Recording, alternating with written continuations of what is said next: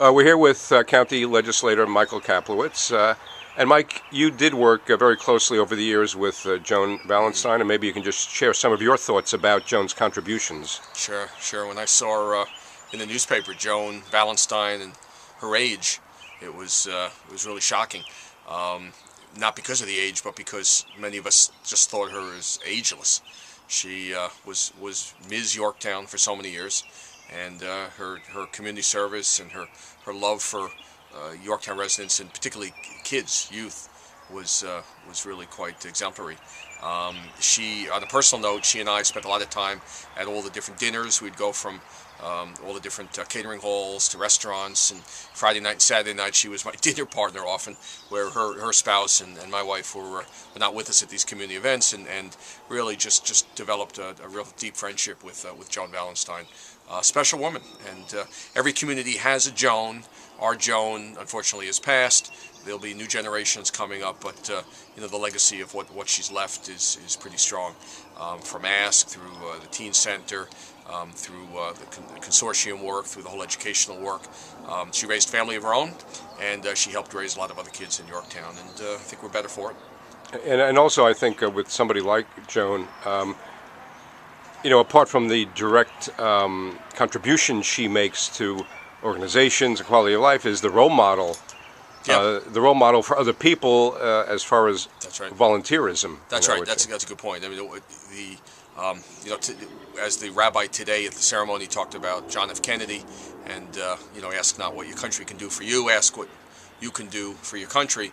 That was her call to arms, and that was Joan's clarion call to get involved. What's interesting about it is it lives on in a positive way, and so Joan's example is an example to those of us like myself in public service and generations to come who know her and of her to get involved, and so one good deed is leveraged and multiplied many times over.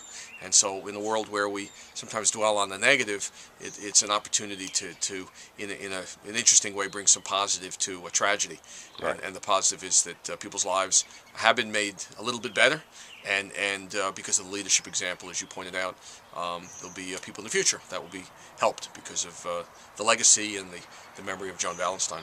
Yeah, and the rabbi, a number of people I spoke to, he gave a beautiful eulogy, and I really sort of admired, from a writer's point of view, his phrase that she was a consummate caregiver. I thought that was a great way to put it. The alliterations and all. That she was, and many of us did not even know her children necessarily, but to understand how she raised such a wonderful family, she and her husband. She then took care of her husband, and her tragic demise ended that caregiving. But it then made sense, and you can see how and why she then perhaps took care of a community. Right. A community at large. Right. And we all benefited from it. So Joan was great, and she's going to be missed. It's a cliche, but it in her case it's really true. Yeah. And but that smile, that agelessness that I was talking about is something you don't forget. And maybe in the end, if your legacy is that others remember you in a positive way, you've done something well on earth, and your time was of some value. Right. Okay. Thank you, County Legislator Michael Kaplowitz.